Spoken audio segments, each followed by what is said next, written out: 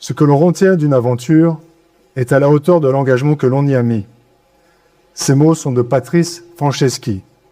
Ce que l'on retient d'une aventure est à la hauteur de l'engagement que l'on y a mis. Au-delà des limites, c'est bien le thème de cette soirée.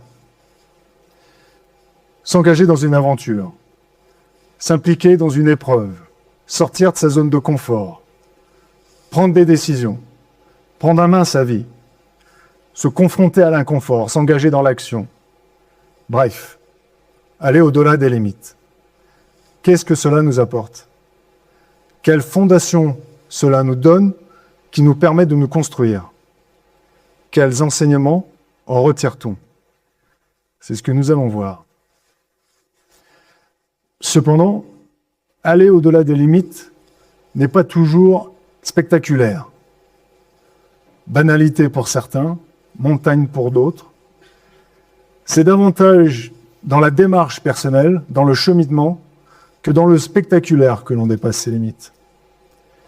Par exemple, j'ai accepté de relever un défi il y a quelques mois, celui d'être sur ce tapis rouge ce soir, alors que je serais 1000 fois plus à l'aise dans un feu d'appartement, ou de passer de balcon à 20 mètres de haut, ou de plonger dans une eau à 2 degrés. Alors qu'ici, à Centrale Nantes, dans cet amphi, les mains moites, les joues rouges, ne sachant quoi dire, comment se tenir, eh bien, on dépasse ses limites. Mais c'est dans l'épreuve, dans les difficultés, que l'on apprend à se connaître et à connaître les autres. Je suis Bruno Perrier, je suis sapeur-pompier depuis 25 ans, un métier de passion et d'aventure, un métier qui pousse au-delà des limites.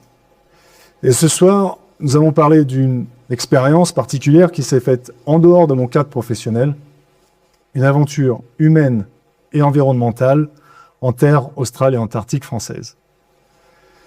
Alors, que sont les terres australes et antarctiques françaises? Les terres australes et antarctiques françaises sont une collectivité territoriale à part entière. Elles sont constituées de 5 entités administratives autonomes, 5 districts, qui sont sur la carte. Nous avons le district de la Terre Adélie, sur le continent antarctique. Nous avons les districts de Crozet, Kerguelen, Saint-Paul et Amsterdam, dans l'océan Indien austral. Et le dernier district, les îles Éparses, qui se situent entre Madagascar et la Corne de l'Afrique, dans le canal du Mozambique. Nous allons nous pencher sur le district de Crozet, l'archipel de Crozet. C'est le district que j'ai géré pendant 13 mois. Ici. Il est composé, cet archipel, de 5 îles. 3 îles situées à l'ouest, de taille petite, et 2 autres îles plus grandes à l'est. La distance entre ces 2 groupes d'îles est de 100 km à peu près. Et là, on a l'île de la Possession, sur cette photo, qui mesure grosso modo 3 fois la ville de Nantes. C'est sur cette île qu'il y a la base Alfred Fort. La zone économique exclusive, rattachée à l'archipel, fait une surface de 550 000 km². Cela correspond à la surface de la France hexagonale, pour donner un ordre d'idée. Le paysage est de couleur noirâtre, rougeâtre. L'archipel provient d'une éruption volcanique, et donc c'est de la pierre volcanique qui fait le sol, particulièrement abrasive. Elle use les souliers. Il n'y a pas d'arbres à Crozet. La végétation est très basse, c'est de la tourbe, de l'herbe, de la mousse. Les conditions climatiques sont plutôt difficiles. On dit qu'il pleut 350 jours par an. C'est vrai. C'est pas encore Nantes, mais on n'est pas loin. On dit qu'il y a du vent 364 jours par an. C'est vrai. La vitesse moyenne quotidienne du vent est de 30 à 40 km/h. Chaque semaine, les vents sont à 100 km/h. Et durant notre mission, nous avons enregistré des rafales de vent à 190-200 km/h sur base, soit l'équivalent de 240 km/h hors base. Ça souffle. À partir de 100 km/h, on a du mal à marcher, on perd l'équilibre, on s'en bat pour avancer. Certains petits cailloux s'envolent. L'eau des cascades ne tombe plus, elle remonte en l'air, pulvérisée, et disparaît dans le plafond nuageux qui est très très bas. Et la pluie ne vous mouille pas de la tête aux pieds, mais des pieds à la tête, en 20 secondes chrono.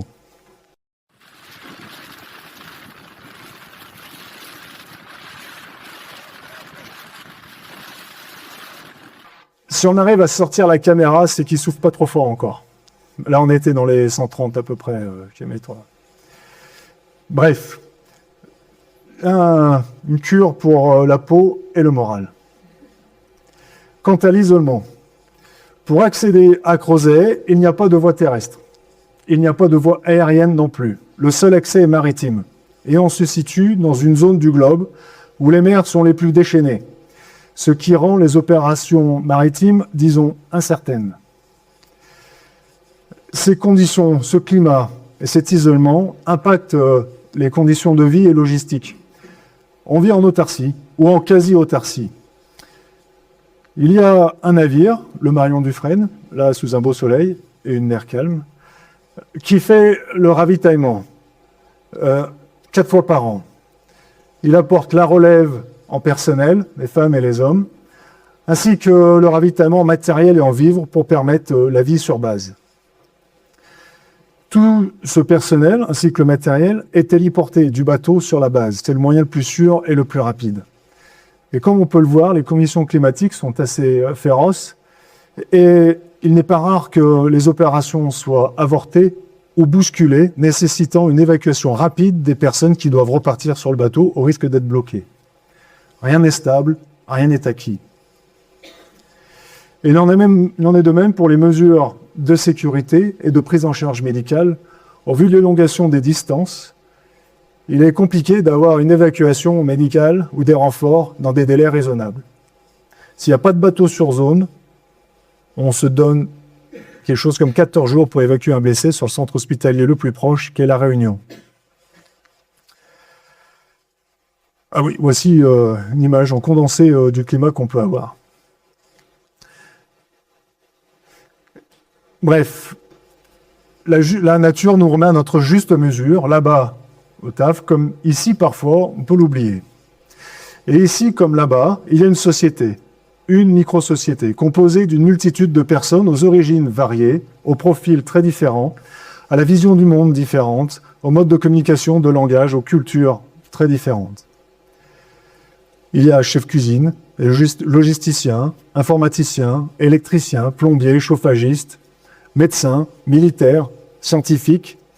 Les scientifiques sont en charge des programmes de préservation de l'environnement, ainsi que des programmes de recherche sur la terre, l'air, la faune, la flore, le climat. Et moi, j'avais un rôle un peu particulier dans ce groupe-là, qui est composé de 30 à 50 personnes, ça dépend des périodes de l'année. J'avais un rôle multiple, celui de chef de district, qui grosso modo est le représentant de l'État sur place. Il est officier de police judiciaire, officier d'état civil. C'est un mélange des pouvoirs du préfet et du maire sur le terrain. Et les chefs de district ont 2 missions essentielles. La première, s'assurer la sécurité des personnels dans un environnement hostile et exigeant. Et la deuxième, s'assurer de la cohésion des membres de la mission, aux profils très variés.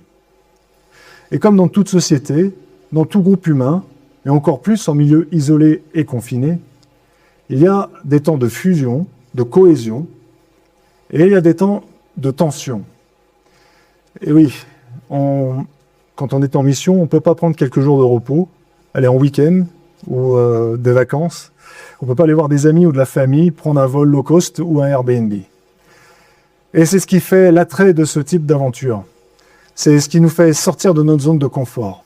C'est unique. C'est ce qui nous permet de nous connaître et de connaître les autres. Et quand on en revient, qu'est-ce qu'on acquiert comme enseignement? Qu'est-ce qu'on garde en tête qui peut nous être utile ici dans la vie de tous les jours? Eh bien, je garde en tête l'absolue nécessité de prendre du recul, de ne pas se sentir responsable de tout, de ne pas personnaliser toute difficulté, de prendre de la distance. Je garde en tête l'absolue nécessité de responsabiliser, de déléguer, de donner confiance comme préalable à l'action. Ce n'est peut-être pas le plus aisé à faire lorsqu'on est responsable du groupe, responsable de l'équipe, responsable du projet, mais c'est ce qui permet de créer les initiatives et l'engagement des membres de l'équipe dans le projet, dans la mission. Je garde en tête l'absolue nécessité d'agir avec empathie pour comprendre les vrais tenants et aboutissants d'une réaction, d'un comportement, en questionnant, en accompagnant, en recherchant les causes profondes de ce comportement, causes que la personne elle-même n'a peut-être pas conscience, mais que l'on l'aide à identifier, à discerner. Je garde en tête l'absolue nécessité de guider par ses valeurs et principes, profonds, impartiaux et connus de tous. Lorsque la tempête émotionnelle emporte un groupe, ou une partie du groupe, il est essentiel pour le chef ou la chef de ce groupe de rester neutre, de maintenir le cap, de garder l'impartialité. En tant que personne en charge, en responsabilité, on peut, voire on doit parfois, prendre des décisions impopulaires, mais essentielles, pour maintenir un espace de vie collective aux règles connues et respectées. Dans le contexte d'une base isolée, confinée, ce peut être une épreuve à passer, car il n'est pas aisé de se sentir à distance du groupe, mais sur la durée, maintenir le cap est un gage de stabilité, un gage de responsabilité, un gage de respectabilité et de confiance.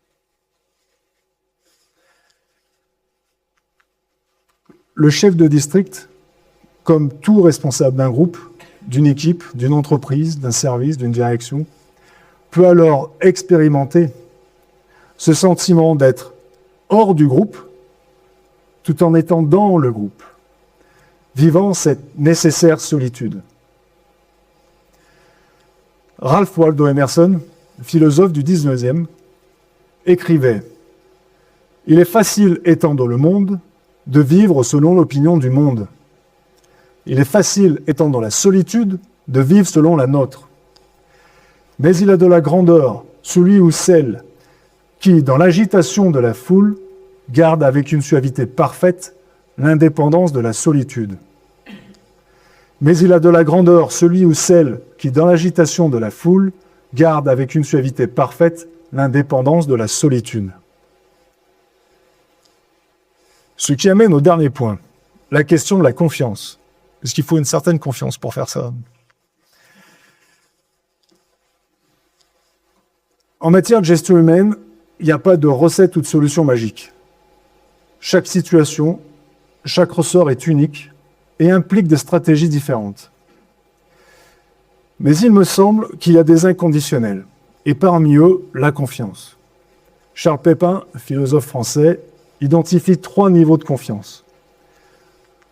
La confiance en soi, la confiance en les autres et la confiance en la vie. Alors, la confiance en soi. Gardons en mémoire que nous avançons, petit pas par petit pas, mais nous avançons. Continuons à se lever, à se relever.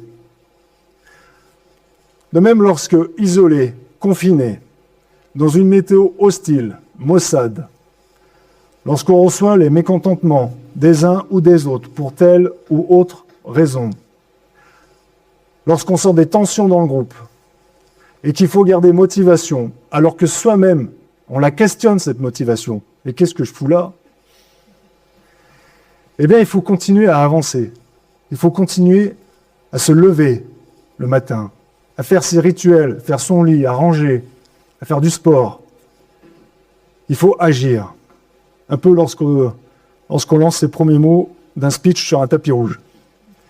C'est dans l'action que l'on gagne confiance. Deuxième niveau, la confiance en les autres.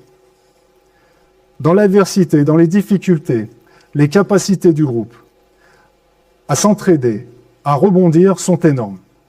J'avais tendance à le sous-estimer, notamment dans la régulation sociale. J'avais tort. Le groupe parvient, dans un temps plus ou moins long, à s'autoréguler et à s'entraider. On se serre les coudes. Un peu lorsqu'on déménage et qu'on est bloqué au 3e étage et qu'on doit aller au 5e avec la machine à laver dans une petite cage d'escalier, ou qu'on tombe en panne sur le bord de la route et que des amis, de la famille, voire des inconnus, s'arrêtent et viennent donner un coup de main. La confiance en la vie, le dernier point. Confiance aux événements aléatoires, en la nature, qui, d'une manière générale, nous amène à du positif. La vie est positive. La vie nous fait mûrir. La vie nous fait grandir. La vie nous bonifie. Avoir confiance en elle nous permet de surmonter les difficultés et de les tourner en expériences positives. Alors oui, c'est certain, quand on est dans le dur, quand on est dans la difficulté, dans l'épreuve, on ne voit que le mal, on ne voit que le négatif. Il nous faut du temps, il nous faut de la distance, du recul, pour en déceler tous les éléments qui nous permettent de nous construire et de retirer de cette expérience la richesse qui nous fera grandir. Je termine par cette citation de Sylvain Tesson. « Toute expérience qui vous extirpe de vos certitudes, insulte vos habitudes, malmène votre confort, vous précipite dans l'inconnu et vous rudoie le corps en vous offrant de rencontrer des êtres dont vous ignoriez l'existence et dont le destin vous pourvoit des leçons pour le restant de votre vie. Toute expérience de ce type pourrait être nommée aventure. » Après une aventure, qu'elle se déroule dans les tafs ou ici sur un tapis rouge, après une aventure, plus rien ne sera jamais comme avant. Après que l'on soit allé au-delà des limites, au-delà de nos limites. Merci.